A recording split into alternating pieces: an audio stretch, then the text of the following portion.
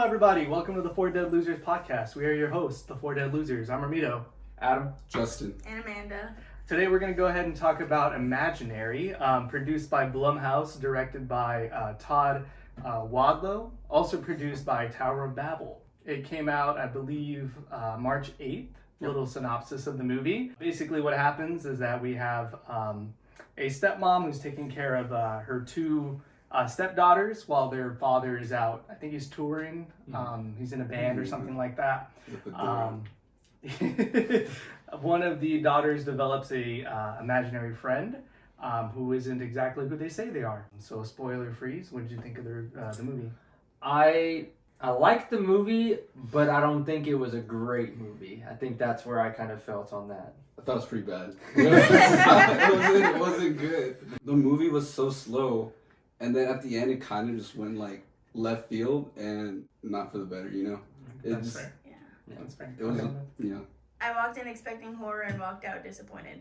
Okay. So. Okay.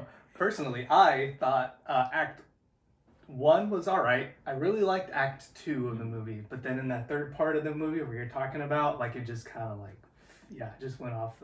I just didn't like that at all. It was bad. So, personally, just right off the bat, I don't think, like, if you're a casual moviegoer, you know, I think this is probably going to fit your wheelhouse. Blumhouse movies are kind of a 50-50 for me, like, mixed bag. To give you examples, like Halloween 2018, I loved it. The other two movies, not so much. Yeah. I can't think of anything else that they did. That's it. No. That's it. That's all they made. They're only known for these four movies. Yeah. That's it. I feel like, they have pretty much like the Insidious stuff, like, but then again, they did it's do all, Insidious. it's like, Yeah. like They all did that Conjuring? universe, Or no? Conjuring, yeah. They did Conjuring? Yeah, it's all the same. It's all the same thing. Is it? Yeah, it's all the same. That's him.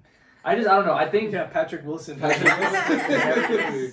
think Patrick Wilson was the bear in this movie. He got credited. But yeah, no, like, and it always seems like, it's either 50-50 or sometimes they will start with a really good one and then, like, as the movies progress, it can either it should probably go downhill. I don't think I've ever seen a movie go like up from like their first one. I thought the second Insidious was just as good as the first. I liked it personally. It was okay, but it wasn't as good as the I thought they're first. all good, yeah.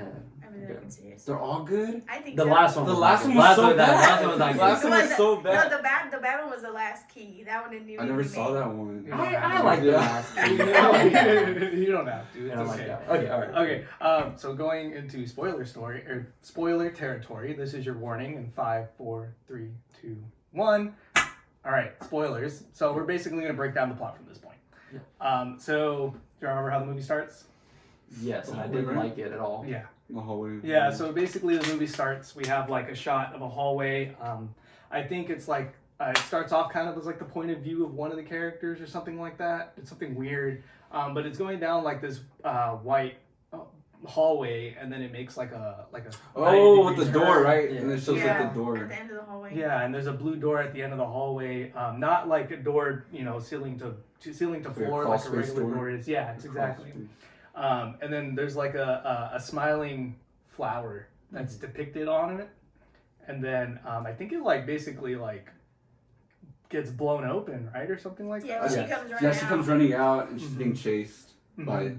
whatever. Whatever it is. Whatever it is. And I think at this point, like as she's running, we see like writing on the walls and stuff like that starting to come into view, until eventually she ends up in some like, it's like a living room or something like that. And she finds a couple things. I know one of them is like, she finds like a bloody tooth or something like that. Yeah. Oh, in the yeah. finals. It was the, well, I guess we're in spoiler, right? The dad. It was like, it was from his tooth. They said, what does he say? We didn't finish the game or something like that. Yeah. Something. And so this is, so the character that's running through, the character that we're following is our main character, our protagonist. Her name is Jessica. Eventually she gets like teleported into like a different hallway and then ends up in a bedroom or something like that, where she's like trying to close the door, and I think it gets like broken against her, right? And we see this disfigured figure kind of thing. Like it's The arachnid thing? yeah, it's like Spider-Man? an arachnid thing. Spider-Man. Yeah, Spider-Man. Spider-Man. It's like Spider-Man. it basically looks like a centaur but with a spider, Yeah. right? Is what it looks like. I kind of liked it at first, but the more I looked at it, I was like, it's kind of a bad design. Like, it looked really cool at first. I was like, this is actually a really cool, like, monster. And then, I don't know. The more I looked at it, I didn't like it.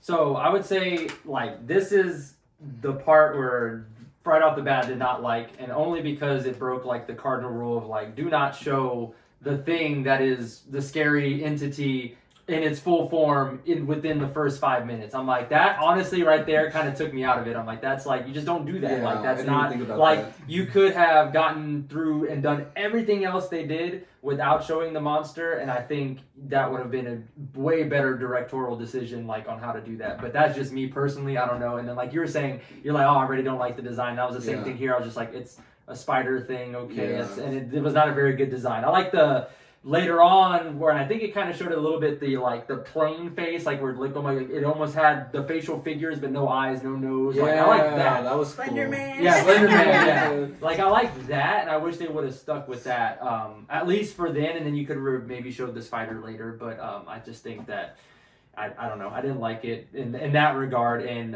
you know, it gave me, right off the bat, too, Cobweb vibes. Like, It was kind of weird, too. Like, why did they even choose, like, a spider to, like, begin? You know, like, thematically, like, Yeah. what does that have to do with, like, her fears or anything in regards? Like, why a spider, you know? I think it kind of comes into play later on. Right. We'll talk about later on. Yeah. But Amanda wanted to say something. Yeah, really quickly, the bedroom scene that you're talking about that she walks into, is this the one where, like, it's the bed and she's trying to wake the person up, or is this a different bedroom? yeah, no, that's the, I this think the that same is one. right. Yeah, Okay, it is that okay, one. so It's the this was my first complaint. Why didn't she shut the freaking door? She left the door cracked when she walked in there, and I was like, why would you do that? Like, that was my first complaint. I You was like, gotta make okay. stupid decisions. Nobody makes rational decisions. You don't anymore. make, if you wouldn't make the have a rational movie. decision, exactly. Then the movie ends. It's a 1 minute movie. Right. And without giving away, and because we're going to get to it later on in the movie, the other thing I didn't like was it also gave away another plot point that I think would have had way better, more meaning had they not shown it within the first 5 minutes too. Going back to the comment you made, which again, I'm not going to go into it yet, but there was another key thing at the beginning that was just like, oh, well, now I know kind of where that went, and I kind of wish I didn't know that, because whenever you show it to us later, it doesn't have as much impact, you know. But, Yeah. So we find out it's a dream. Ooh, dream sequence. Jessica wakes up next to her boo. That's how I wrote it for like the Next to her first. boo. That's how I referred to him in my notes because I didn't catch his name until he actually left. Like Did his she name is even say Max. it? Oh, His name is I Max. was like, I don't even know. I was like, who yeah, that I don't is. even think I remember his name. Yeah, he's not. I think the story would have worked Yeah. without him. So Yeah, that's true, that's It really would have. Yeah. But I just think it's funny because the first half of the movie, I didn't know what this guy's name was, but he just kept showing up. His name is Max.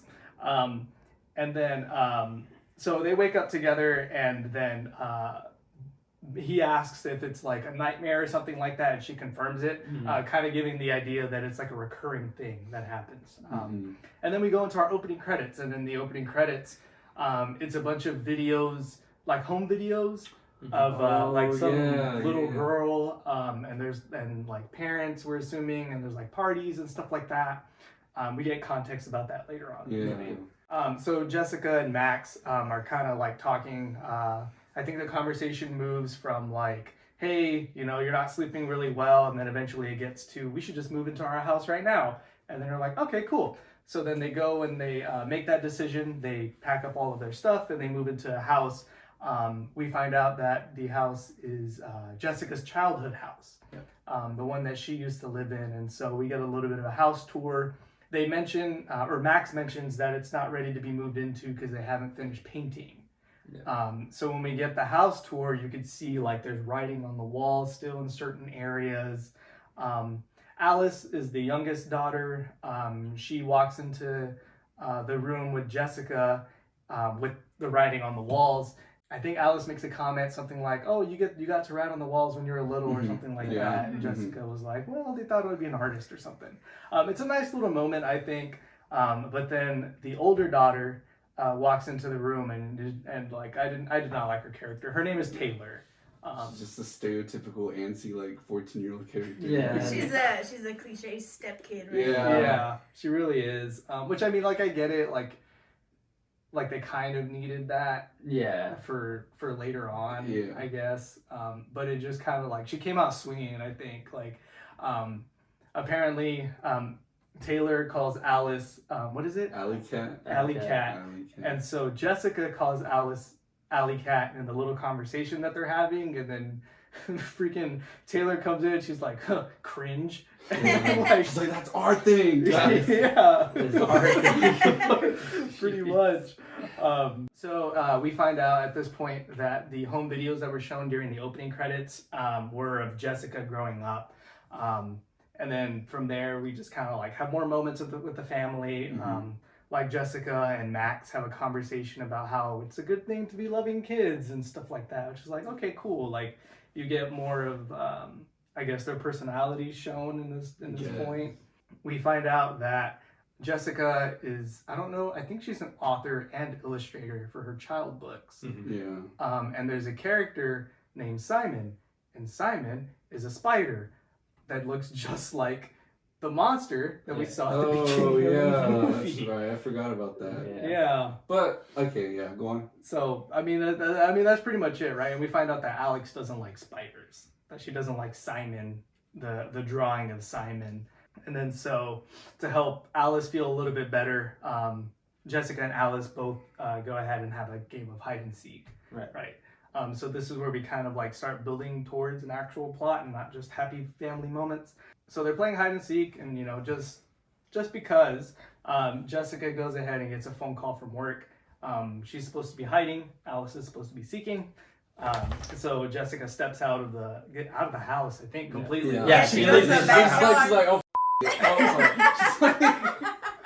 She just Yeah, dips, she's bro. like, She yeah. just Yeah, leaves. she walks out. yeah.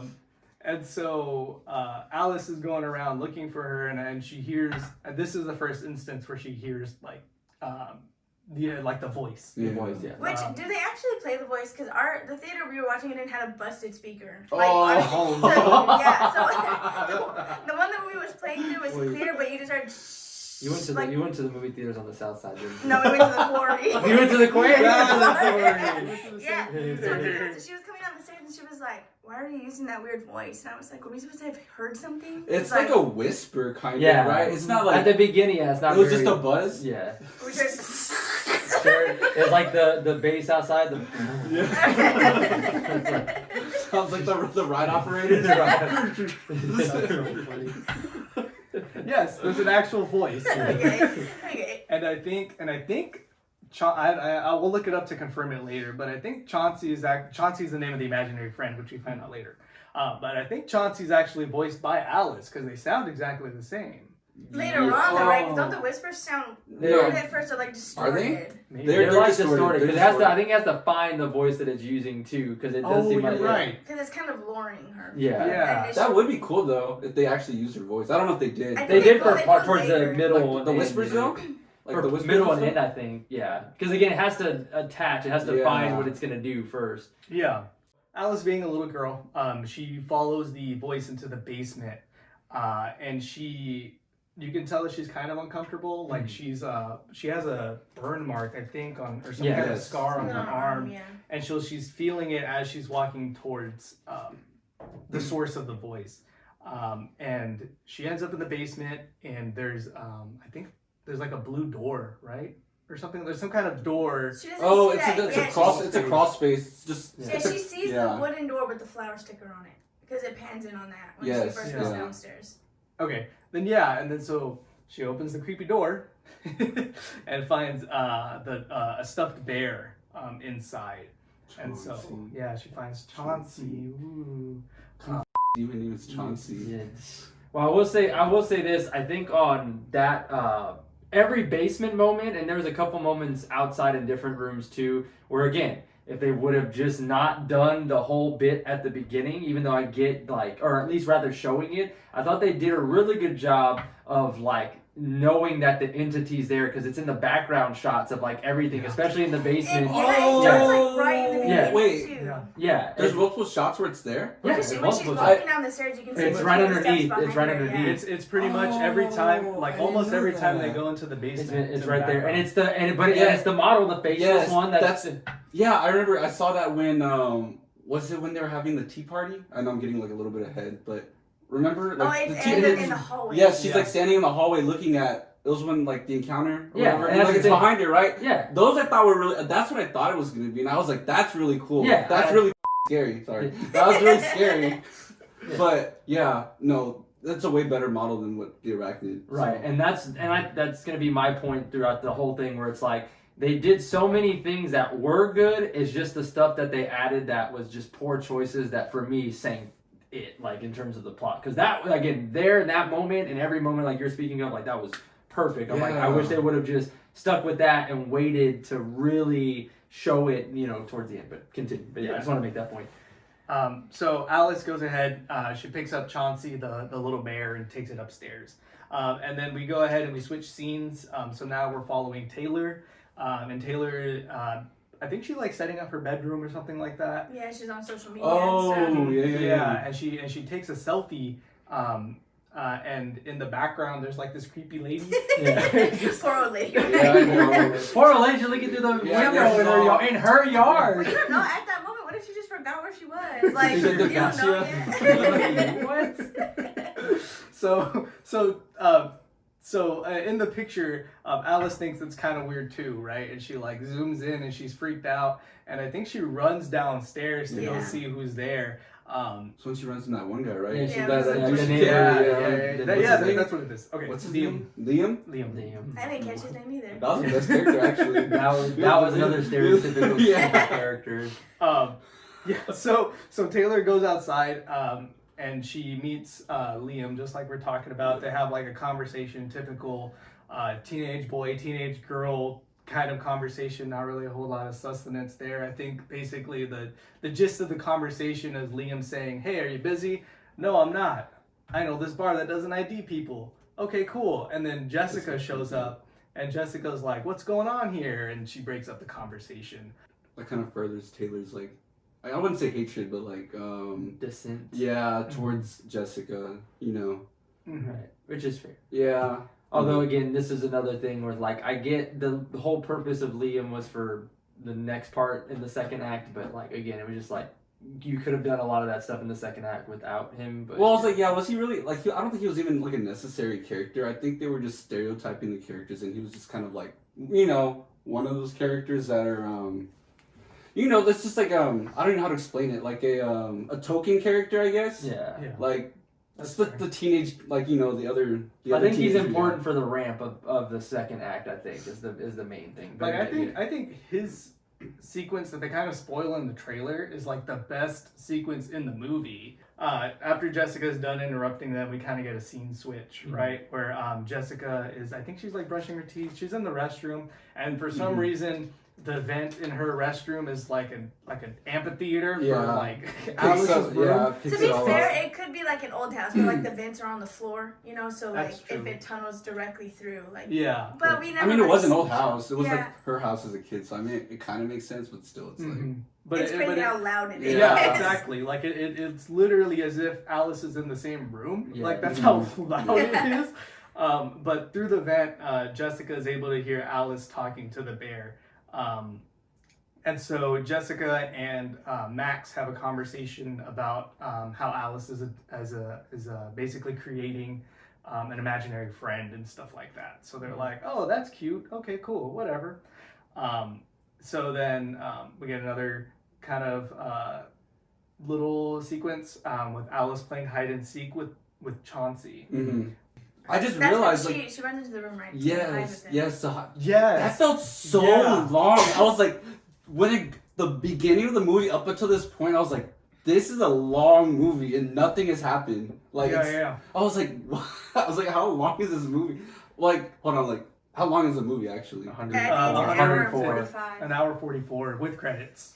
An hour 44. felt longer. I mean, it was kind of dragging. In It the was beginning. dragged, like the whole movie dragged. Well, they gave you everything in the first 5 minutes. So. Which honestly, to go back to that, they could have just started it with her like waking up afraid. Like, Yeah, we didn't have to see actually, the that rest probably of would it. have. Or just her running out, or that the girl running out the thing, and just Yeah. like her freaking out, and again again going back to a lot of this really kind of got me towards like thinking of Cobweb, because it's like the same thing, right? It's like, oh, there's something in the door and the wall and blah blah blah, and like literally could have done that without showing what it is and like gotten your point across without But anyways, Yeah, so just like Justin was saying, this is when Alice comes and jumps into the bed to hide from Chauncey. She jumps into Max and Jessica's bed. And they're like, oh, ha ha ha ha, so cute, whatever. Yeah, cute, friend, you're my new friend. Yeah, and so they're hiding under the covers. They have a little like sweet family moment, but Jessica like actually hears something coming from the hallway. Chauncey, right? Yeah, and so she hears what we'll eventually find out to be Chauncey coming from the hallway, but both Max and Alice are like completely. They're doing their own thing. Yeah, they're doing their own thing as if like they didn't hear it in the first place. I like this sequence too. Like we get like the POV from Jessica like peeking out from the covers. It does like a pan of the room, right? So like the halfway point up to the door or something like that. But you can see at the foot of the bed they have a footboard. They have what did I do? No, this part was truffle, bro. Oh, I'm just yeah. thinking about it. I'm just thinking about it. you can like see his It's head. just like the little ears, right? Yeah. The little ears. Yeah. Blood and honey crossover. What happened? That's the worst. That's funny. But yeah, you see that, and then like it comes back, and then the ears drop, and so she's kind of like, "What the heck happened?" Slides, Yeah, you hear like something like that, and so Jessica peeks under the bed, and again it does the same sequence. I can see how this part's long. Like it does the same like sequence where it's panning under the bed, and then we get a jump scare from Alice. I think this is one of like the few jump scares in the movie, right? Yeah. It's just Yeah, her. there's probably like 2, bro. And that was one of them. Yeah. And so, ha ha ha, they played a funny joke, and then we actually see that Chauncey's right under where Max is, I think. Yeah, right before that scene is closing, it pans to Which, Chauncey under like, the bed. I don't know, I guess. Right? Which honestly, in that scene, I feel like it would have been better if we saw the faceless monster in like a reflection or something. Really that would have like, been really. I thought she was gonna be looking out of the hallway and he was gonna like his shoulder was gonna peek out or something. But no, that would it be was cool, actually. it was the teddy bear ears, bro, at the foot of the Yeah. bed. I was like, I think you're just desensitized because you've seen so much Ted lately that's just how it is. You thought it was gonna be Seth MacFarlane's voice, That would make the movie 10 times better. and then somewhere is Mark Wahlberg in this thick Boston accent. That's funny. We gotta stop that bear. I don't know, maybe I can't do a Boston accent. And then they wake up, like nighttime's over. They wake up, Jessica's sleeping better in the house, yay, hooray. And then we find Alice reading a book to Chauncey, and Jessica hears it from like the other the other end of the hall, right? Yeah, or she's something walking like through that. the hallway. She's walking through the hallway, and immediately, like, you see the light bulb basically light up in her head, and she has to like start being. She has like some creative process thing going on, right? Where she has to run to make like a inspiration for her book. That's what I'm getting at. Oh, so I She guess starts- really quickly, it's important to mention she was like in a writer's block sort of thing. Oh, and, Yeah, I guess. And Alice, Yeah. Alice was reading her own book, right? Yeah. And then was talking to Chauncey about like, oh, do you really think the spider could be scared for this reason? Yeah. She's like, Yeah. okay, light bulb. Well, and it was also going back to that was she had mentioned to her when you had talked about like at the beginning of her and her fear of spiders or fear of that thing, that was something she talked about was like, well, no, when I thought of it, I thought of this or this. And so like using that as a way to, I guess, figure out it needs to like, well, if you think about it this way, he's really not that bad of a guy, And so I think that's where Alice gets it. And I think that's kind of that moment, a heartfelt moment of like she's picking up on things that the stepmom is telling her, and so it's like, oh, okay, like, you know what I mean? Like she's rubbing off on her a little bit, and so that's where she breaks a little bit of that writer's block, and like you're about to say, goes into that process. Yeah. Which is kind of cool. Yeah. And so while she's working on her book, Alice comes into the room, right? And she asks, she's saying that she's doing a scavenger hunt for Chauncey, and she needs something happy, right? Something happy. So Jessica gets a ball and draws a smiley face on it. and gives it to Alice, and Alice takes off, doing her own thing. We get a scene switch again, and Jessica's working late at night, which, I don't blame her, right? Like, she was, like Amanda was saying, had a writer's block, and then it finally got broken, so she wanted to work as much as she could on it. And she hears a ball being thrown, and she, goes to find the source, which, of course, is in the basement. And, always end up in the basement. and in my notes, I just drew a sad face because the ball that Jessica gave Alice now has a frowny face. Stupid. That's pretty good. That was pretty good. I thought it was kind of good. It was funny. But while Jessica's this is one of the moments actually. While Jessica's picking up the ball, there's that faceless creature behind the her. stairs. Yeah, it's Was behind the it? stairs. Yeah. Which is it's so interesting to me that the entire time in the basement, nobody ever sees it. I kind of liked that. I thought maybe it was gonna be like, oh. I thought it was gonna be like an oh crap, did I just see that? But nobody ever acknowledges it in the basement. Mm-hmm. And then we have Jessica go upstairs, and this is where she's having the tea party with. Oh yeah. Oh, it's at night. Yeah, it's at Yeah. night. Yeah. Okay. This is okay. So Jessica's walking through the hall, and she hears Alice. We see. So the point of the camera is basically looking at an open doorway, and Alice It's is cracked. sitting. There's a door that's covering about a third of the room. Yeah. So basically, it's like a table, pretty much like this that we're sitting at, and if Adam is Alice and I'm Chauncey, Justin would be cut off by the door. We left out that detail about the whole. Well, I guess you'll explain it, but the mom. No. Yeah, we're getting to it. Yeah. And so the camera is basically cutting off Justin, so you wouldn't be able to see him.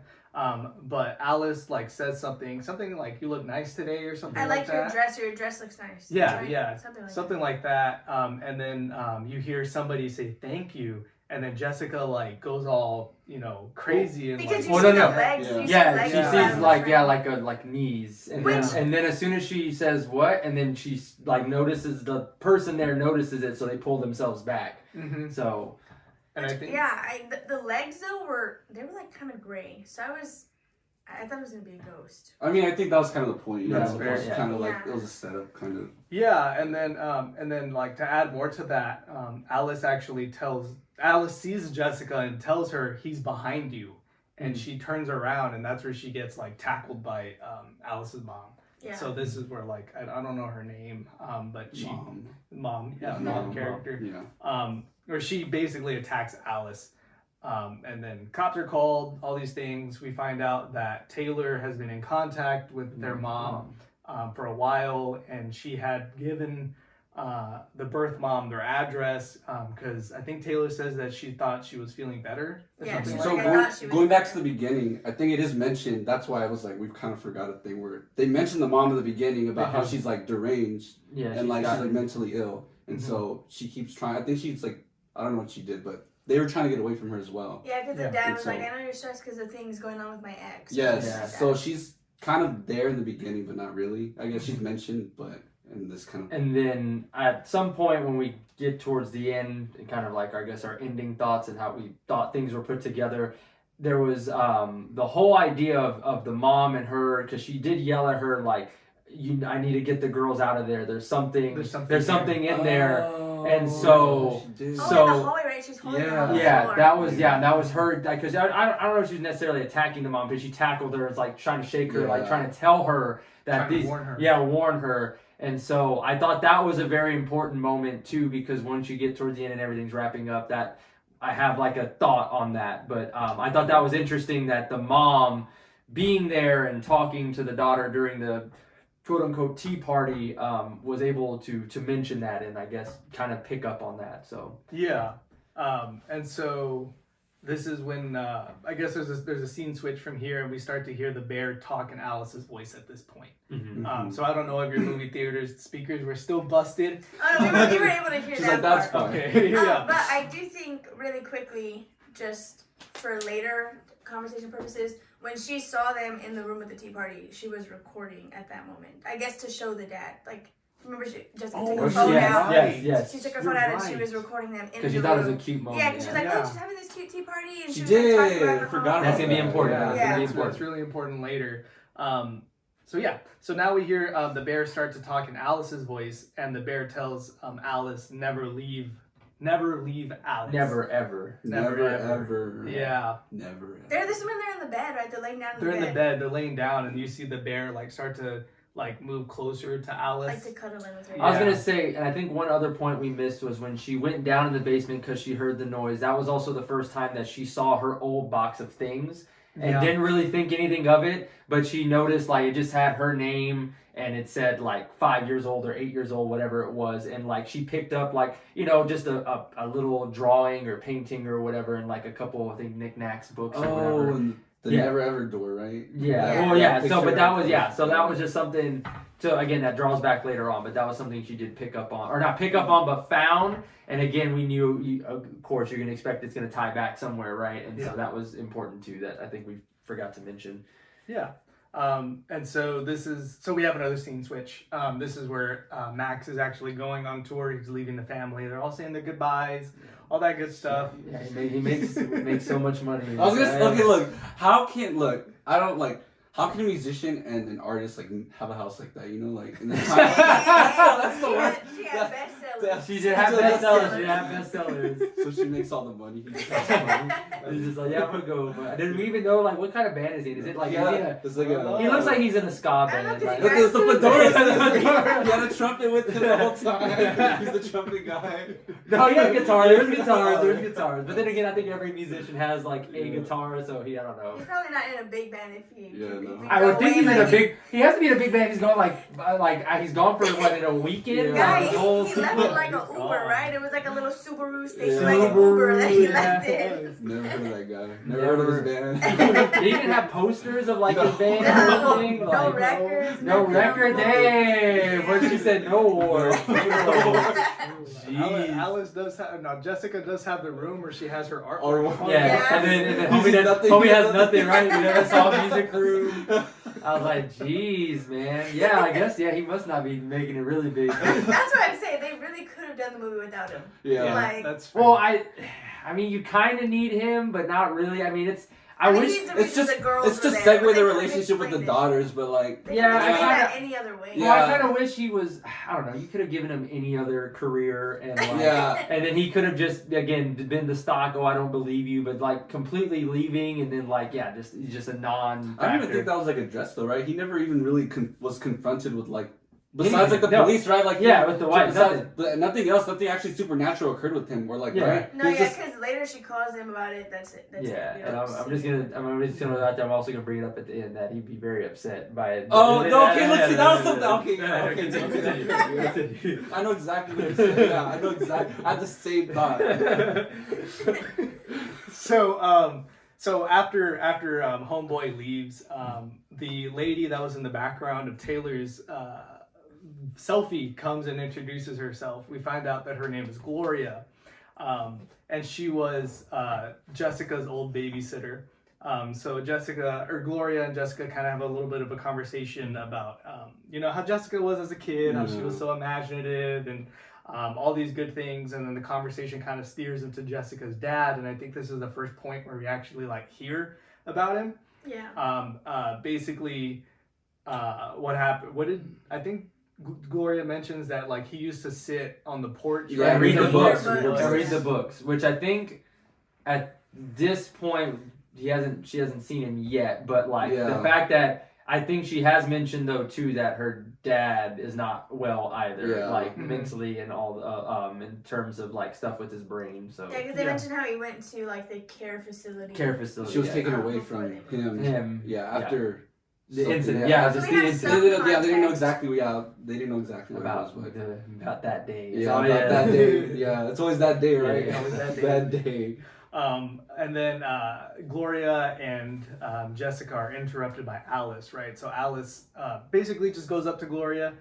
She has a little bit of an attitude, which we'll find out why later on. And she asks for lunch, right? She's like, She's like, Oh, that was the best scene. I was like, oh.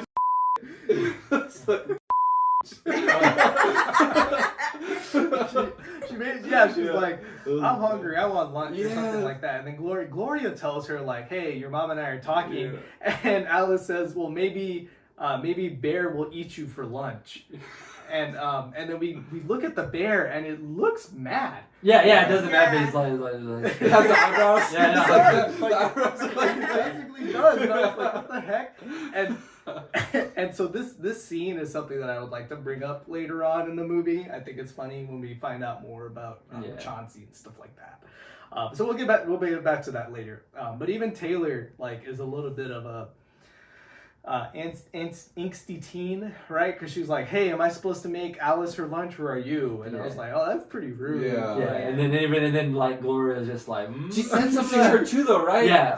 She tries to correct her. That's what he said. He said, well, maybe when we're done having this conversation, and she was just like, just kind of mouth back at her, and she's just like, you gonna let her tell you that? Yeah. I was like, jeez. Pretty funny. So then at this point, this is where Jessica leaves the house to go visit her dad.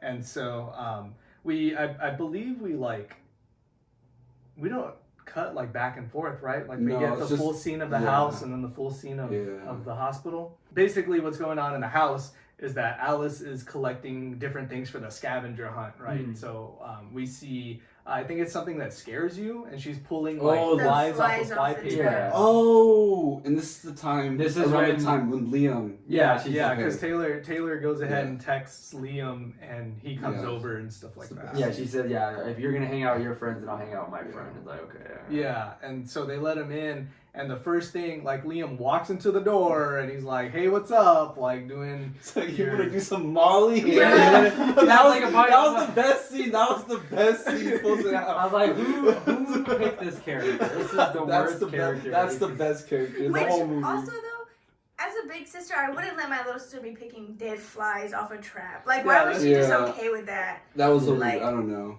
That was a little bit weird, right? That also is kind of shown later on in the movie too, right? Yeah. Where they find the door towards the end of the movie. Yeah.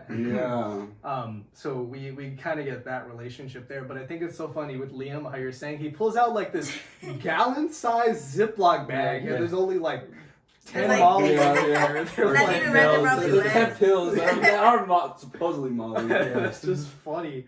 So after Liam shows off his Molly, right, his great collection, we kind of jump towards Jessica, and Jessica realizes that Jessica and her dad are basically, or she's having a conversation and he's not reciprocating. Yeah, exactly. Right. Yeah. And so he asks a question, something about I think it's bring me, you brought me my dinner. Or something. Yeah, and he thought it was the nurse. her mom. Well, Or the nurse. Yeah.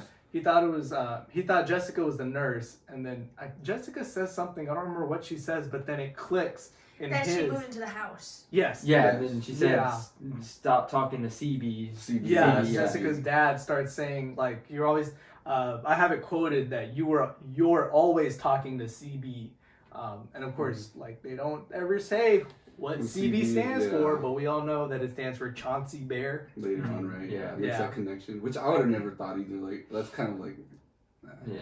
Yeah, I was like, I guess. Oh, I think at this point, Alice names Chauncey, and Chauncey's a bear. Yeah, I know, but it's still, it's just he doesn't click until a bit later on. I mean, it was just I mean, it didn't click for me either. It didn't click that it was CB, and Jordan was like, yeah, Chauncey Bear, and I was, in my head, I'm all, that's dumb. Yeah, I was like, it wasn't clever. It wasn't oh, Chauncey Bear. Oh, that's so good. I would have never thought of that. It's well, obviously you didn't. Because you didn't. Obviously you didn't. I don't know. That's funny.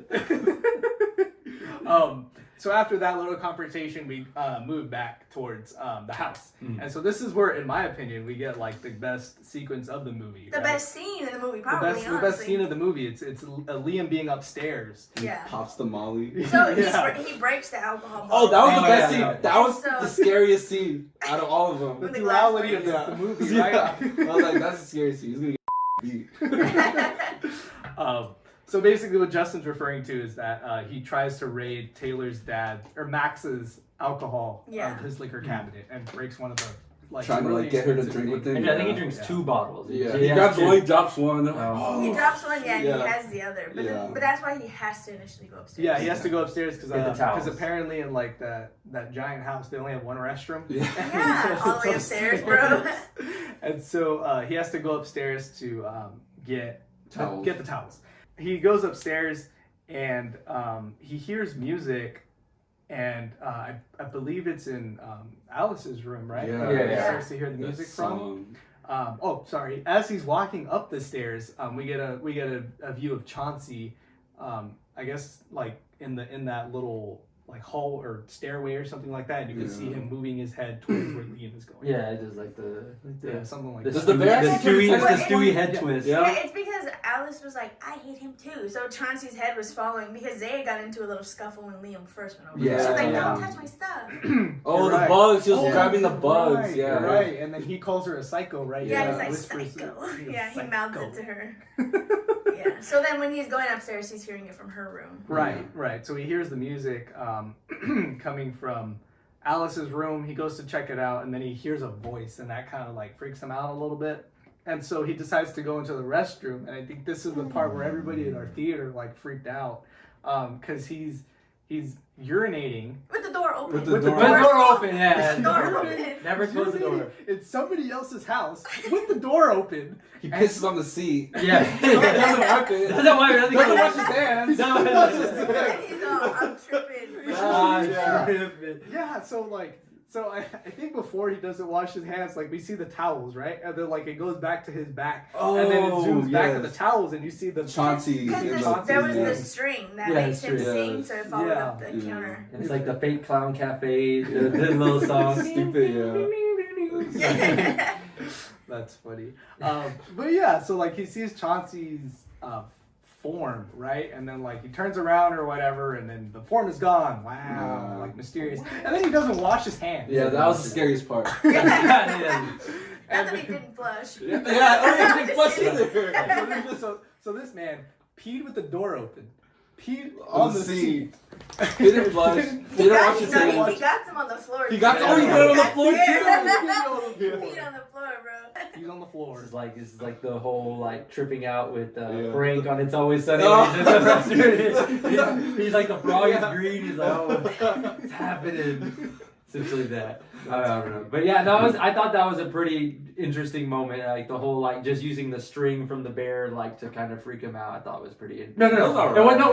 It wasn't the string. It was the form of the Tim under the towel. That's Yeah. what And then and then like when he went back, it was gone. It was Like, gone, It was yeah. gone, It was gone. which is kind of funny. I was like, geez. Yeah, I don't know. It felt really cliche, but And then and then he gets the towels, right? And then he starts walking outside, and then this is where he sees like, or he's I think he's walking down at this point, or he's trying and to. he sees the thing between his legs, right? Yeah. He hears the song. He hears the Yeah, song, and and then sees the string between the his string, legs. yeah. And then if you've seen the trailer, you know what happens, which I think is like kind of dumb. That like this is one of the best scenes in the movie, and you just saw the whole thing. They in showed the trailer. entire thing, in the Yeah. trailers. In the trailer of the movie, but it's pretty much the scene where like the string gets, the camera follows the string to the end of the hall, and you see the bear under a blanket, and then like the lights flicker or whatever, and then it starts moving towards him, and then basically what happens is that once it gets up to him, right, like the bear comes out. Oh, it's the this monstrous giant bear. I think bear. that was the worst. That was the worst. The spider is pretty bad, but I think the bear was actually worse. It was a dude in a costume. I know, right? Yeah, they got it from the freaking Five Nights at Chuck E. Freddy's. Yeah, shitty No, Five you Nights see, at Freddy's. it's funny you say that, because when I saw the bear, I was like, this movie is literally giving Five Nights at Freddy's. Yeah. And then they Just- didn't kill. I thought they were gonna kill Liam in that moment. That would have And been they- cool. That actually would have made the movie better. And they didn't, and it upset me. I was like, Five Nights at Freddy's is also PG-13. They have way more kills in that movie. There's like only, I don't know what, like one. One Just death in the one. whole movie. Yeah. I was one. like, and that's why I was like, it's not a horror movie. Like I didn't think it was a horror movie. That's fair. It That's felt like a kid's movie, honestly. Liam is caught by Jessica, right? Like Yeah, he Taylor freaks out. goes upstairs and is like, "What are you doing?" And then Jessica's like, "Yeah, exactly. What are you doing?" And then, of course, that kind of conflict happens. And then they go about their day, whatever. Yeah. The scene basically changes to Liam's mom coming over. Yes. Yeah. Find out That's the funny that scene. that's the best scene. You find out that they didn't take, or he didn't take Molly. It turns out it was his mom's what? Like Allergy medicine. Benadryl. Yeah, Benadryl. That's why it's funny when he was in the bathroom. He's all, I'm just He's tripping. like, It's "I'm like, bro, it's tripping." allergy Yeah, medicine. Jeez. So then we skip forward to Jessica. She's again in her art studio, and the face of one of her drawings is cut out. Yeah. Yeah, and Jessica goes to talk to Alice about it, and then basically, I don't think they reach any sort of conclusion. Like, Jessica just has the intuition that it is Alice, and she's correct. Like, we find out that she's right. She takes a picture of the scavenger hunt, and she calls Max and basically tells him what's going on, right? And it's the whole kids will be kids kind of thing, conversation or whatever. And so Alice goes, sorry, not Alice. Jessica goes to Alice's room and is basically talking. There's like a lump, I guess, on the bed. It looks almost as if somebody is underneath the covers. Alice. Right. Yeah. Alice. And so Jessica's talking to Alice about like what's going on, like all these things. And then I think she starts to like sing a song or something like that. No, it shuffles like the legs, legs in it shuffle like somebody's rearranging themselves. Yeah. Somebody's moving under. Yeah, she assumes it's Alice, and she's giving her like a pep talk, pretty much saying she's giving her like motivational, like, you know. Yeah, like it's okay. Yeah, it's not okay to rip someone's things, but it's okay to be upset or you know whatever. And so like she's giving her parental advice. There we go. Right. Parental advice. And at that point, that's where we hear Alice outside. And I think this is where we see her like freak out. She's taking apart the fence. Yes. Yeah, Alice is taking apart the fence, and Jessica pulls the covers, right, and sees Chauncey in the bed. Yeah. Ooh, scary. And then she realizes that last part on her list is something that hurts. Something that hurts. Yeah. Yeah, and so we get the camera moves to Alice being outside, and we see her about to slam her hand on the nail. But there's like a frame or two where like it's a flower. Yeah, it's a flower to Alice. Yes. To Alice, she sees a flower. Yes. Because she's like, you promised it won't hurt, right? Yeah. And then we see the flower. And then right as she's coming down to slam her hand on the nail, Jessica pushes the plank out of the way. And she still nicks herself. Yeah, she does nick herself. And then that's when they have the conversation about the doctor. Yeah. About calling the doctor. And so then this is when the doctor just shows up at their doorstep. Yeah, pretty much. And so the therapist basically says that it's, you know, normal having an imaginary friend, especially like what Alice is going through, stuff like that. And so Alice and the doctor basically move into like a side room, right? And they have like a one-on-one session. The doctor goes ahead and records the entire conversation. It kind of gives like the whole vibes about like role-playing kind of thing that some therapists will do. Because she asked if she can bring Chauncey in. Yeah. Because Chauncey's sitting on the bench outside the room before they start. She says, yeah, sure, that's fine. She grabs the bear, even like tucks him in the corner, and then that's when they start having the conversation. And so Alice is talking with Chauncey, and Chauncey is talking back. Every time Chauncey responds, the camera is either on Chauncey or like the back of Alice's head with Chauncey. But you can't see Chauncey. You can't see Alice. You never when Chauncey's talking, you never see Alice's face. Oh, yeah. Because the way it was set up is. You can't see Chauncey or Alice. Like it shows the back of her head is what I meant. Yeah, but it's like in the camera's point of view, like Chauncey's sitting where Alice's head is blocking. So the camera, just for the audience, Amanda's talking about the camera point of view that the doctor set up. Yeah. Yes. Yeah, which is like interview style, I guess. Yeah, pretty much. And so they're going back and forth in the back of a kid's head. Oh no! She's facing forward. Yeah, she turns to talk to Chauncey. Yeah. And so the doctor actually hears like Chauncey's voice, right, responding. And it's Alice's voice, but like it's like the like just her like just kind of like grumbly. It sounds like I don't remember his name, but the kid from The Shining. Yeah. Every time he says Red Rum. The Red Rum. Yeah. Like sounds like Eric Cartman. So there are like a couple things that that I wanted to point out in this dialogue between Chauncey and Alice. Like one of the things that's said is that no one was supposed to see the list but us. And then I believe Chauncey says that knowing, because at that point Alice doesn't know that Jessica has seen the list, yeah. right? She knows about it, but she doesn't know that she's seen it. Yeah. Well, no, she did see the list once before. She told her. Yeah. But she told her, It's a secret, Chauncey, it's it's a a secret. secret, Chauncey doesn't want to know. But then obviously, potentially Chauncey being in the room with her whenever the plank thing happened, like, she took a picture of it, so now she knows, or he knows that she knows that she's seen the list. Yeah, and so another thing that I wanted to point out is that Chauncey says nobody love Alice. Mm-hmm. Yeah. So it's kind of like Chauncey's talking a lot of crap about Jessica too in that scene. Yeah, she really is. And I think, it's also too, I think from the camera's point of view and the point of view of the doctor, like you were saying, it's them going back and forth. And again, to the doctor, she's like, she's just literally just breaking down, right? Like, this is her physically going through probably the fastest, like, therapeutic, like, session ever, right? Like, she just broken down with 2 questions. She already, broke this kid down. Yeah. And then she's trying to get her to stop because she's realizing, like, it's devolving really quickly, like, and it's getting very, like, aggressive and angry. And then I think that's where that next part happens where she, like, turns around after she's like crying because Chauncey's being rude, and then Chauncey gets mad at the doctor and says if the doctor, like, I forget the exact verbiage, I think you have it written down, but like, like if you say anything or do anything, like, I'm gonna go after, or if you try to leave, I'm gonna go after you, your family, and I'm gonna go after the doctor's 3 kids. And she's just like, but when she says that, that's when Alice turns around and you can see that she's not moving her mouth. She's just crying. She's just crying, So I think that was a good moment there too. I think that was cool. I thought that was cool. Another good moment of the second act, I think, and this is, I think, right where it starts transitioning to the third. Like 3 good moments in the whole movie. And we're probably already like an hour. I don't know. The third act seemed pretty long, so I don't know. It went on for a long time. Yeah.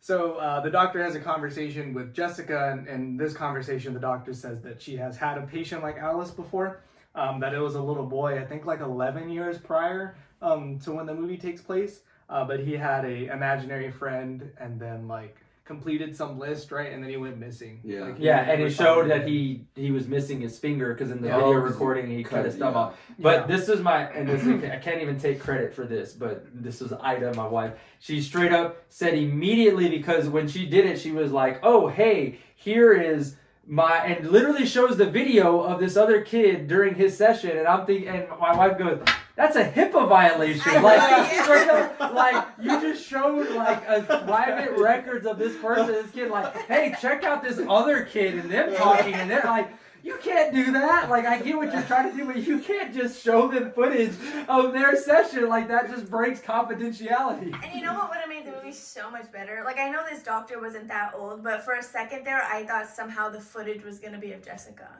But it wasn't. Oh. I was hoping Why did they put you in charge of the movie? Yeah, you should have directed it. Let me show you when you were a kid. It's like, oh, what? Yeah. You've been doing this practice so long. Yeah.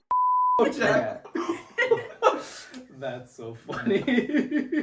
Because she even asked too, right? Like, it goes into like, does she know how to be a ventriloquist, or she? That was the thing I was gonna mention. She asked if Alice had been practicing ventriloquism, and she's like, "What? What kid does that?" Okay, a lot of kids do that. Yeah, I guess, right?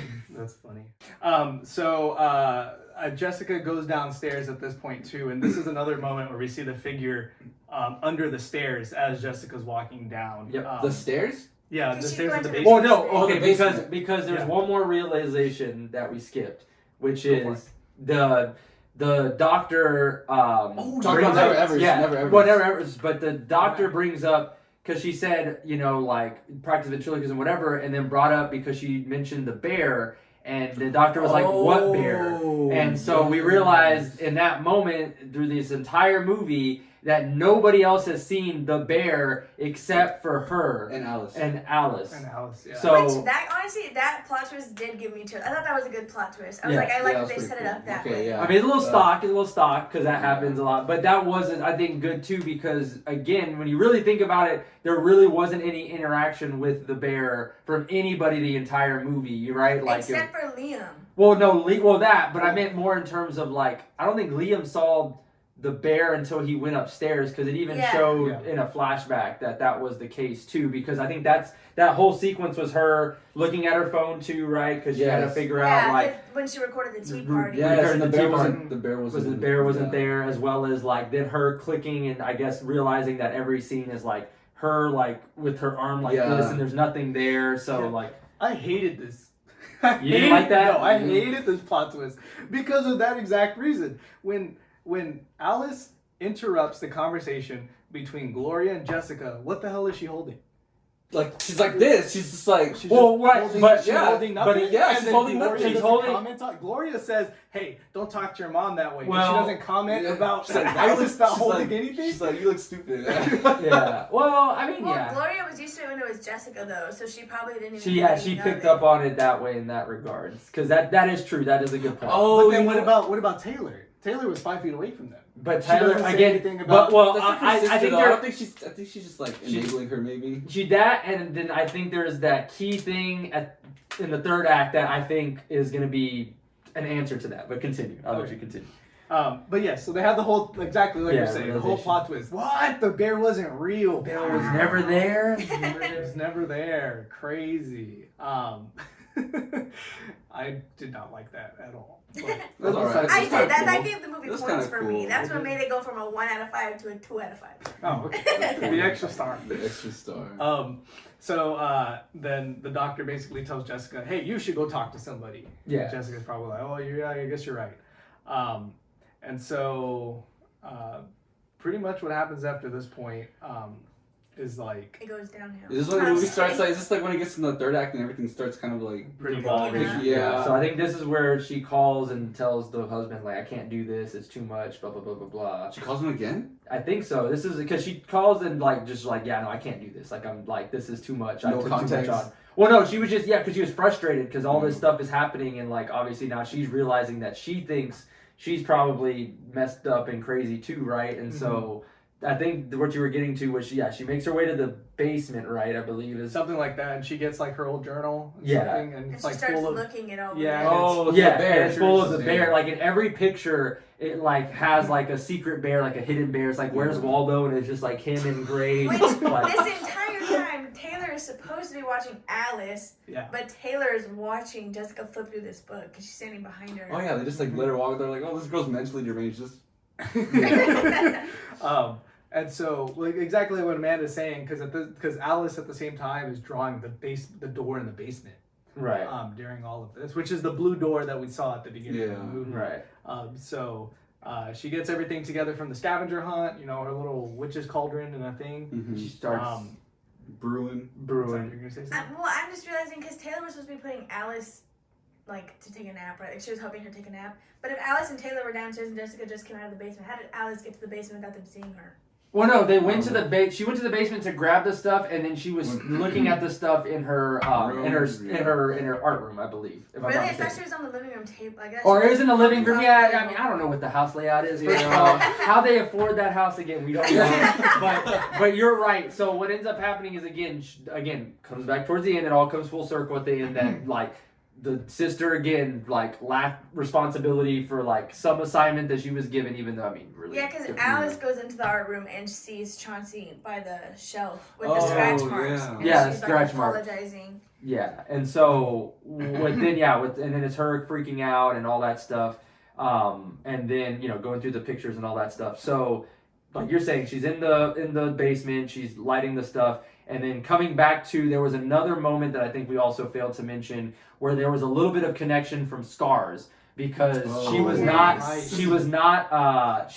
got hers, I believe, from a fire accident. Because when the teapot's on the burner, she like covers her arm. Yeah, covers her arm. Yeah, and so like you're saying, she's doing her little brew. She has everything from the scavenger list in a bowl, which that was one of the scavenger list things, which how do you like, I don't know how many bowls they have in their house, but you don't know that you're missing a bowl. But so like they have the bowl, she puts all the stuff in there, and then again you see in the background Chauncey's the faceless version, which again the best version for the whole movie, and then it gets to that point where the last step is like, okay, now you got to light it on fire, like you have to burn it, and she doesn't want to do it. She says, I can't do it because she's afraid. She looks at her scar, which again, that was at that moment that they clicked, because that's what I think Jessica told her at the beginning was like, our scars define us, like, you know what I mean? They're a part of us. And so, but again, she still has that fear. She got over her fear of bugs, but she did not get over her fear of fire. And so that's when she said, I can't do it. Like, I can't do it. And then I think that's when Chauncey Spider Arms ends up like coming in and like with the fingernails and like getting the stuff, and I guess leads us to believe that he's gonna do it, right? Because he's like, I mean, I can start a fire. I guess I don't know. I don't think that's how that's supposed to work. Yeah, that's not how it's supposed to work. I think you're supposed to. The kid's supposed to do it. So I'm guessing he was able to do it, but I don't think that's supposed to work that way. But continue. Was there ever like a given reason what happened to her? Like, I don't think Jessica? She just got Alice. Yeah, she just got burned. That's it. Like, they didn't explain like what happened. Learned. No, it House was fires, never her house mom abuse or fire. nothing like that. No, it was just, I guess it's just there. it's just there. Yeah. So Alice goes missing after all of this. Jessica and Taylor are like trying to find her. They can't. They call 911. They search the block. You know, all these other things. Then they have like a little bit of like a confrontation between the two of them, right? And Taylor goes walking around the block to go find Alice. Yeah, right? she says, I think I know how to get to him or her, but it revolves around like being at the house, like to deal with like, because she's starting to realize it's probably Chauncey, and Taylor's like, no, you're crazy. Like, what are you talking about? Like, which again, because to this point, Taylor has seen nothing, right? She's got no experience with it. So, like, for her, it's like, no, I'm going to be logical and find my sister. Like, what are you doing? Which, again, that is probably the most logical thing she's done the entire movie, which makes sense. And then the mom's like, or Jessica's like, okay, I'm going to go back to the house and do my thing. That's when she goes back to her room, right? So exactly what Amanda's saying. Jessica goes to her room. I think this is the part where we keep getting back and forth, right, between like what Taylor's doing and what Jessica's doing. Taylor's doing them. So she's at just this walking point, the neighborhood. at this point, Taylor's walking around the neighborhood, and out of nowhere, Gloria comes out. Right, she is walking. She sees Liam in the window, and Liam like shuts the shutters on her. And again, lame. Like again, that was it's like you could have had a moment where he helped or did something. No, like he just literally like, no, I'm out. Or they could have made him get eaten, bro. Like they could have just had him get eaten. And I think that's the last we see of Liam ever. But Gloria like surprise right behind Taylor, and so Gloria is like, "Hey kid, come to my house. I can give you some lore." Hey kid, you want some more? You want some lore? Come in my house real quick. And so Taylor and Gloria basically have a conversation, which we'll go more into. What's going on the flip side is Jessica repainting her painted room to uncover that she has a scavenger list, right? So that's what's going on with Jessica. Important, I guess, to note, but really with like the meat and potatoes of this, what's going on, and this like however long this scene is Taylor and Gloria's conversation. It was. The third act dragged. Well, even like in just like a time lapse perspective, she repainted that whole room. like 30 minutes. Yeah, it was like what? You can't like. It was not like it was probably like 2 hours. It's like she does that for a living. I mean, still though, like, you know, the whole room. Like, daughter's missing. I'm gonna paint this room for 2 hours. Yeah, and actually, it was an hour or so time lapse because. I continue because it's morning once. I think the third act ends pretty quickly. So Is it? So in the conversation that's going on between Taylor and Gloria is just like giving this whole lore dump about spirits. Yeah, stuff like that. Like what does Taylor say? Cool. No, are you talking about Bing Bong? Bing Bong. Yeah, she always refers to it as like Bing Bong. I'm pretty sure Disney's gonna see them. So basically, Gloria says that Jessica had gone missing for some time, and that's where Gloria like devolved into this whole like she had to know what was going on and all these other things, and so she dedicated her life to figuring out like what's going on with the spirits and how spirits actually attach themselves and in other cultures they call them different things, Yeah, just like you were saying, the kukui. kukui. But in America, we call them imaginary friends. Which- and I'm thinking, like, if you dedicated your entire life to this, how did you pay for your house? Yeah, I know, right? Well, Well, she- everybody laughed at me. I mean, she didn't have bestsellers. Yeah, she She even tells Jessica that show. I didn't have any bestsellers, but Yeah. Exactly. Self-published. Like, Well, I think Yeah, she had a nice house too. how are kukuis and imaginary Yeah, I friends was the like, same I don't thing, know. bro? So for the audience, if you don't know what a kukui is, it's essentially like the Mex- boogeyman. It's a Mexican boogeyman. I mean, it was yeah. It's what we use for the term boogeyman. Yeah. The kukui. Which Just giving out houses to everyone on that pretty exactly, street. They're and, like, they're huge. Right, Yeah, they're and I big think, and then houses. the last part of that lore that was important was when she referred to as imaginary friends on our side, which again, El Kukui never hung out with us. El Kukui picture us in. This one is like, the way she explained the American version, which I guess is a lot nicer, is that with the imaginary friends, they rely on kids' imagination. Because they can kind of like their minds are so malleable to like being able to see the in between, which again I'm going to come back to at the end, which I think is important for the other two characters that we haven't mentioned a whole lot of, to bring it back to maybe why they can kind of experience and see these things. But I really thought that was like important for them to know was like the creativity. She had mentioned that like a child's mind is very creative and they need and feed off that creativity. So with Jessica being An talented artist, yeah. and artist, like that she believes that whatever that thing is like important. And one of the reasons I think she walked in there to even listen to this lady, because right, she didn't trust this lady, she didn't like this lady to begin with, was she's like, it's about Chauncey, isn't it? And she knows she's never really heard that name. Yeah. And so the fact that she knows that means that like that, and she's like, how did you know? It's like, well, because that's what's her Jessica called it. Yeah, and she called it the same thing, so that she knows like, okay, that's like, okay, something's going on, there's connection, there's something there. But Yeah. Again, feeding back to kids' imagination, they want to feed off of that, and that's why he wants to potentially keep the girl, right? Is because like he doesn't want to lose her, because once you lose the kid, they lose that connection, and then they pretty much reside in the spirit, Yeah. the spirit world or whatever. Yeah, they don't whatever, get- they yeah. don't get access to the actual. yeah. Yeah. So after this giant lore dump, Taylor goes ahead and brings Gloria back to their house, right? Mhm. And then so that's when we find out that the list is on the wall. Wow, big reveal. She could have just painted the little, like the list. She painted everything. She should have painted the list. Yeah. I mean, if she could see it enough to train it or to trace it, why Yeah, did she exactly. have to trace it? I don't know. Could have been a 5-minute project. Um, 2 hours to paint 2 the whole hours. room. And talking about 5-minute projects, in 5 minutes they get everything they need for the list. Yeah, I know, right? Well, I mean, it wasn't very much. It was like pretty It was like stock 12 stuff. things. It was like Something like that, yeah. And that was a big thing too. Like, how am I gonna finish that? You can't see all the lists, and it's like, oh no, I have it on my phone. Like, And like, You could just get Gloria, together. Gloria just knew what the last 3 items on the list were. Yeah. She just knew that Oh, it yeah, was she hurt did. yourself or something that well, no, it's hurt, because she took the something that was picture. sad. That's when she took the picture. Was of the Well, last 3. Whenever she saw it, because that's why she freaked out. Because she's like, wait, hurt yourself. Kid not in the room. So Jessica took a picture of just the front, but she turned it over and saw the back. And Oh then yeah, freaked she out. didn't. 'Cause Gloria remembered. Yeah, No, Gloria remembered the yeah. last 3 because Jessica was like, "Oh crap, there was more on the list," but like Yeah. she didn't have a picture of it. Coincidence. Coincidence? I think not. So they go ahead and they get everything they need to make their own portal or whatever the heck.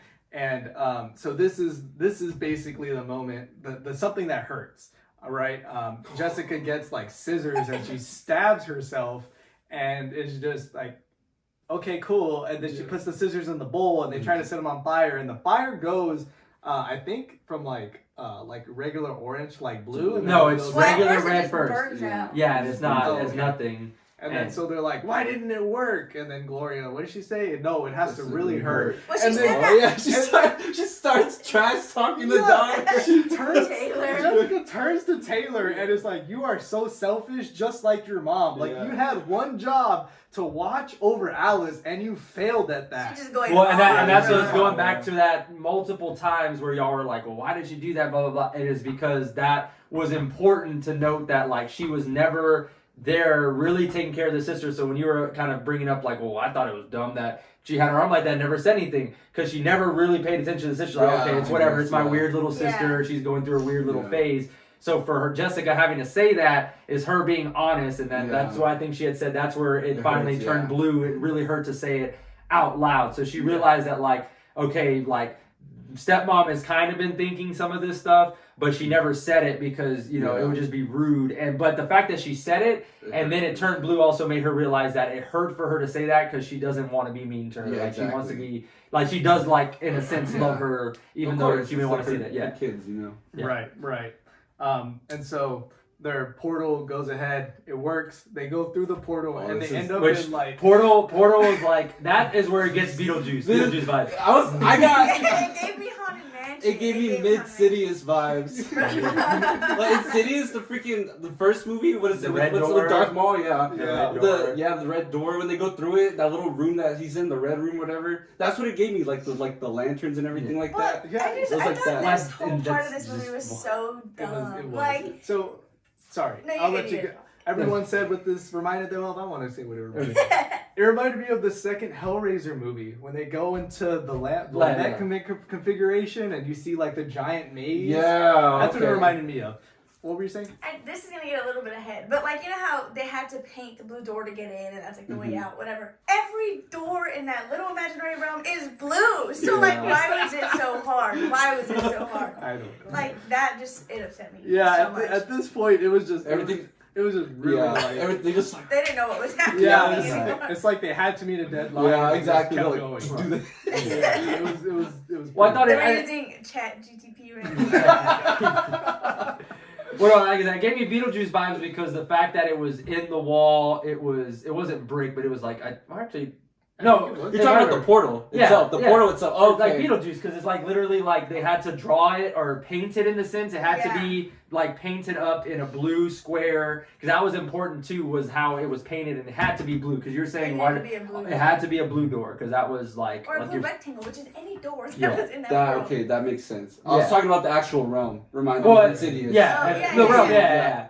Well, and that's where I think that was once they actually get into the realm, which I guess you're going to talk about here in a second. They go through. They don't go through any of the doors. It's actually the floor. And then it's like they just basically took. Which again, I get it. You know, don't have to reinvent the wheel, but it's basically I don't even remember the actual painting, but it's like the infinite stairwell. Stairs. Stairs like where it's all the stairs in different directions, and it's like obviously doesn't. Like in Hogwarts, bro. Which by the way never comes into play. Like everything. They only ever use that one hallway, right? They only use that one hallway. You see all the, like you're saying, the different stairs going in different directions. Some are upside down, some are sideways. It's all for show. Yeah, it's all for show. Like it's just okay, whatever.